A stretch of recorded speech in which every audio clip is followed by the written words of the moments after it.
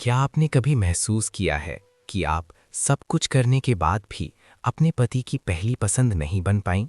आप प्यार करती हैं, त्याग करती हैं, समझौता करती हैं, फिर भी आपकी बातों को टाल दिया जाता है। और वहीं कोई स्त्री कम बोले, कम दिखे, फिर भी उसकी हर बात मानी जाए, उसकी मौजूदगी से ही घर में शांति आ जाए। पति उसे खोने से डरता है।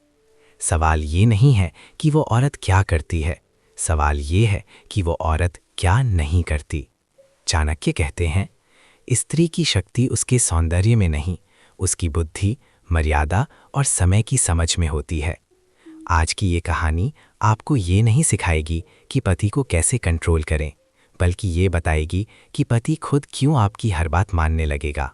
अगर आप चाहती हैं कि पति आपको सबसे ज़्यादा महत्व दे, आपकी राय को अंतिम माने और आपको खोने का डर महसूस करे, तो इस कहानी को अंत तक सुनिए, क्योंकि ये कहानी नहीं, रणनीति है। एक छोटे से नगर में रहने वाली अनन्या बहुत साधारण स्त्री थी। ना बहुत सुंदर, ना बहुत पढ़ी लिखी, पर उसमें एक बात अलग थी, वो खुद को कभी कमज़ोर नहीं समझती थी। अनन्या ने अपनी माँ से नहीं, बल्कि जीवन से सीखा था। उसकी माँ हमेशा कहती थी, पति को खुश रखने के लिए खुद को छोटा मत बनाना। लेकिन अनन्या को असली सीख मिली चाणक्य की नीतियों से।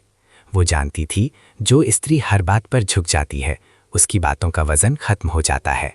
चाणक्य नीति पहली सीख, जो हर समय उपलब्ध हो, उसकी कद्र समय के साथ खत्म हो जाती है। अनन्या ने यही किया। वो हर समय शिकायत नहीं करती, हर बात पर सफाई नहीं देती और हर बहस में जीतने की कोशिश नहीं करती। जब उसका पति गलत होता, वो चुप रहती, लेकिन दूरी बना लेती। उसकी चुप्पी में गुस्सा नहीं, आत्मसम्मान होता। दूसरी नीति, कम बोलो, सही समय पर बोलो। चाणक्य कहते हैं, मूर्ख वही है जो हर समय बोलता है। अनन्या सिर्फ तब बोलती जब उसकी बात जरूरी होती। धीरे धीरे उसके पति को महसूस हुआ कि ये औरत बिना बोले भी बहुत कुछ कह जाती है। तीसरी नीति, खुद को केंद्र बनाओ। अनन्या ने अपनी दुनिया सिर्फ पति तक सीमित नहीं रखी। उसके अपने शौक थे, अपनी पहचान थी, अपना आत्मविश्वास था। चाणक्य नीति कहती है, जो खुद में पूर्ण है वही दूसरे के लिए अनमोल बनता है। चौथी नीति, सम्मान मांगा नहीं जाता, कमाया जाता है। अनन्या ने कभी नहीं कहा, मेरी बात क्यों नहीं सुनते। उसने ऐसा व्यवहार किया कि उसकी बात सुनी जाने लगी।